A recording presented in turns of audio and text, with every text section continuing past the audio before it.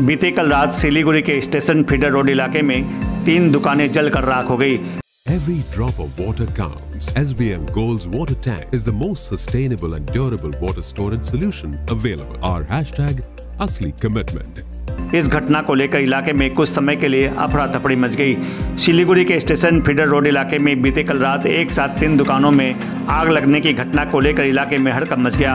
आग की लपटों को देखते ही देखते 3 दुकानों को जलाकर राख कर दिया। इनमें एक फर्नीचर की दुकान और 2 बिरयानी की दुकान बताई जा रही है। आग की लपटों को देखकर स्थानीय लोगों ने तुरंत फायर ब्रिगेड को सूचित किया। खबर मिलते ही सिलीगुड़ी मेट्रोपॉलिटन पुलिस के खालपारा चौकी पुलिस और दमकल कर्मी आग बुझाने में जुट गए। आग किस कारण से लगी है इसकी जांच की जा रही है। हालांकि दमकल कर्मियों के अनुमान के मुताबिक बिरयानी की दुकान से ही आग लगी होगी। घटना की खबर मिलने के बाद स्थानीय पार्षद आज सुबह घटनास्थल पर पहुंचकर पूरी स्थिति का जायजा लिया।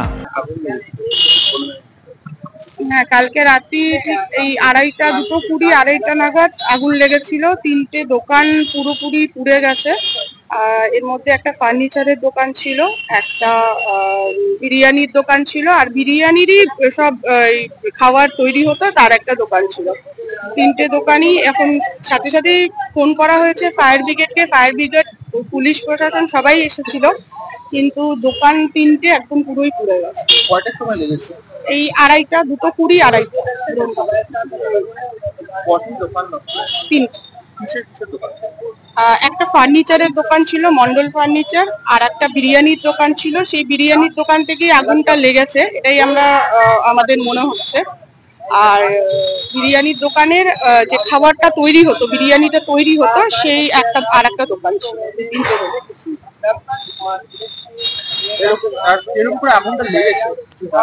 যতদূর সম্ভব মনে হচ্ছে শর্ট সার্কিট থেকে লেগেছে। আমাদের যতদূর সম্ভব সেটাই মনে হচ্ছে শর্ট সার্কিট হয়েছে। আর 2টো সিলিন্ডারও ব্লাস্ট হয়েছে।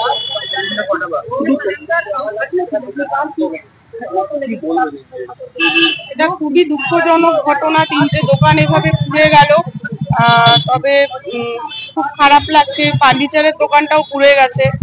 বিরিয়ানির দোকানটা এখন শর্ট সার্কিট কিভাবে হলো কিছুই তো। অত রাতে, যেহেতু একদম এই রাস্তা নিঝুম ছিল, কেউ ছিল না, অত রাতে ঘটনাটা হওয়াতে মানে কিছুই বুঝতে পারছি না কিভাবে হলো। সবাই ঘুমিয়েই ছিল মোটামুটি। রাস্তায় যতটুকু লোক ছিল, যারা ছিল আশেপাশে, তারাই ফায়ার ব্রিগেড ডেকেছে, পরে আমাকে জানিয়েছে, আমিও এসেছিলাম।